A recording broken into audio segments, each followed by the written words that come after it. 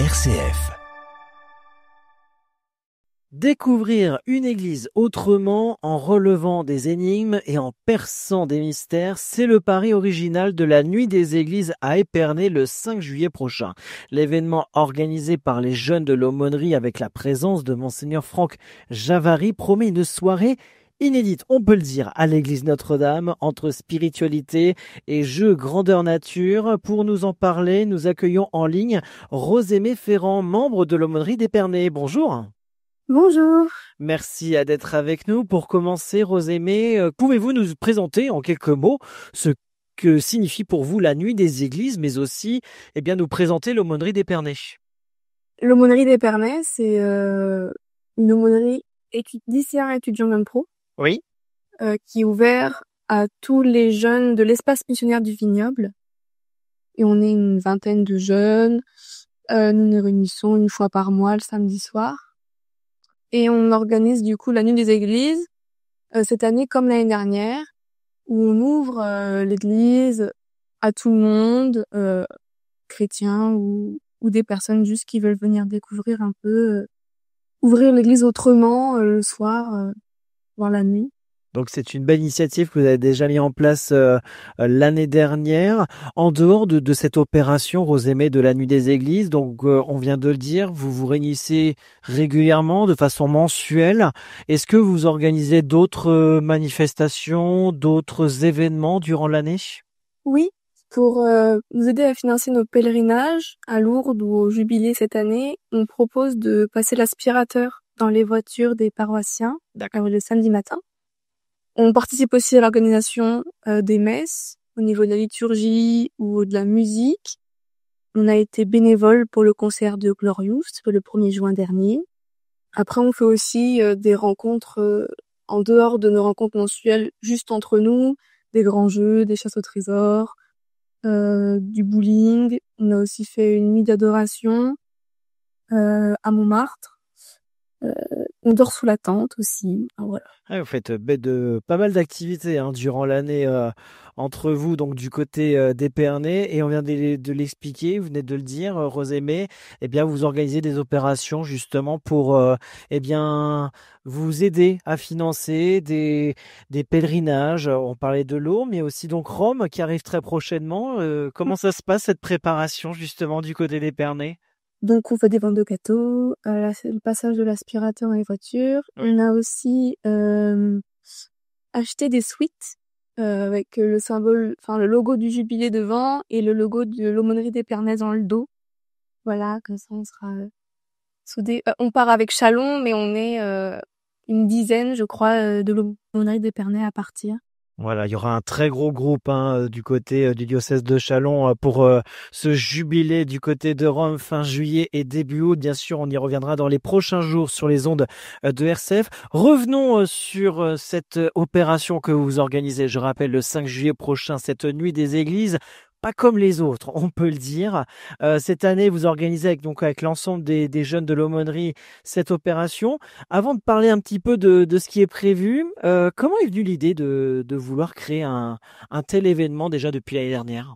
On avait vu que d'autres paroisses ou d'autres diocèses proposaient ça, une nuit des églises. On s'est dit que c'était sympa, que nous permettait de nous montrer aussi, puis d'accueillir les gens d'une manière différente. L'année dernière, on a fait quelque chose de tout à fait différent. On avait proposé beaucoup d'activités et on s'est rendu compte que ça fonctionnait pas du tout, qu'il y en avait trop. Et donc cette année, on s'est vraiment recentré sur une seule proposition, mais qui dure toute la soirée. Parce que du coup, c'est de 20h à minuit. Et donc, ce sera un Cluedo géant qui est prévu au programme. On peut dire aux aimés, c'est plutôt original pour un lieu de culte. Pouvez-vous nous expliquer ce concept et en quoi il s'intègre dans la Nuit des Églises? Bien sûr. Alors, c'est un Cluedo géant qui c'est sur le thème du Moyen-Âge. Et donc, qui se passe en 1225. Et donc, les membres de l'aumônerie incarnent des artisans sur un chantier de construction d'une église. Cependant, au fil du temps, des incidents arrivent. Le forgeron se fait voler son enclume. Il y a aussi des problèmes avec le fournisseur de bois. l'échafaudage du transept nord qui s'effondre et le matin du 5 juillet, on découvre que un des vitrails a été cassé par une pierre. Cette fois, c'est sûr, c'est du vandalisme et quelqu'un tente de faire arrêter le chantier. C'est pourquoi le prévôt fait appel aux participants pour l'aider à enquêter sur le mystère et interroger tous ces suspects pour découvrir qui est le coupable.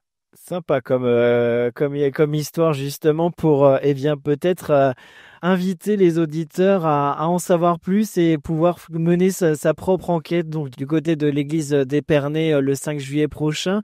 Rosémée, donc une belle opération que vous mettez en place avec la présence de Monseigneur Franck Javary, l'évêque de Châlons, qui sera présent lors de cette soirée. Que signifie pour vous, Rosémée, sa présence et puis pour les jeunes? On a commencé à préparer le Cluedo avant qu'il soit ordonné. Oui. Et au fil du temps, on a découvert du coup qu'on avait un nouvel évêque. On s'est dit, ce serait drôle que le rôle de l'évêque soit joué par l'évêque. On s'est dit, mais il va jamais dire oui. Et on a quand même demandé et il a dit oui. On était trop contents et donc oui, on est fiers parce que ça montre quand même que ça a de l'importance ce qu'on fait. Et puis il était heureux aussi de nous dire oui, donc franchement, on est trop contents. Voilà, Monseigneur Franck Javary qui jouera son rôle donc pour ce Cluedo géant le 5 juillet prochain. Au-delà de l'aspect ludique, quel message souhaitez-vous faire passer à travers cette soirée et est-ce aussi une façon de peut-être de redécouvrir le patrimoine religieux différemment? Oui, c'est ça. Permettre aussi de montrer qu'une église, ça a une histoire. La construction d'une église, même si celle d'Épernay n'a pas été construite au Moyen-Âge, qu'il y avait les bâtisseurs de cathédrales, voilà, c'est une église. Mais c'est aussi remonter aux origines et montrer que on a une histoire et un savoir-faire aussi.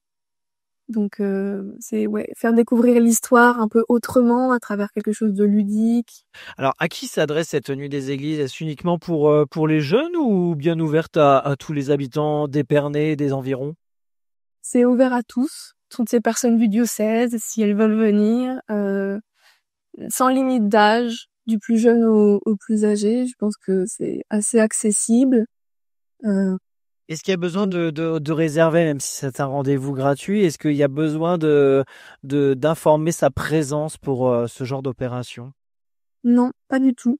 Non, Vous bien libre. venez à l'heure que vous voulez, entre 20h et minuit, et on vous accueille. Le mieux, c'est de venir en groupe. Oui. Pour pouvoir vraiment... c'est plus simple en groupe quand même. Enfin, pour celles et ceux qui hésitent encore, Rosémée, qu'auriez-vous envie de leur dire pour leur donner envie de venir le 5 juillet à Notre-Dame d'Épernay? Eh n'hésitez pas. Venez, on vous accueille avec joie, avec le sourire. On a passé 1 an à préparer ça et on espère vraiment que ça va vous plaire. Bon, venez. Dans la joie et la bonne humeur. Merci beaucoup Rosémée Ferrand pour toutes ces précisions. Rendez-vous donc le 5 juillet, samedi 5 juillet prochain de 20h à minuit à l'église Notre-Dame d'Épernay pour cette nuit des églises pas comme les autres, un Cluedo géant, du mystère, de la convivialité et l'occasion de redécouvrir ce lieu emblématique. L'événement est ouvert à tous, jeunes et moins jeunes, alors n'hésitez pas à venir vivre cette expérience unique. Merci Rosémée.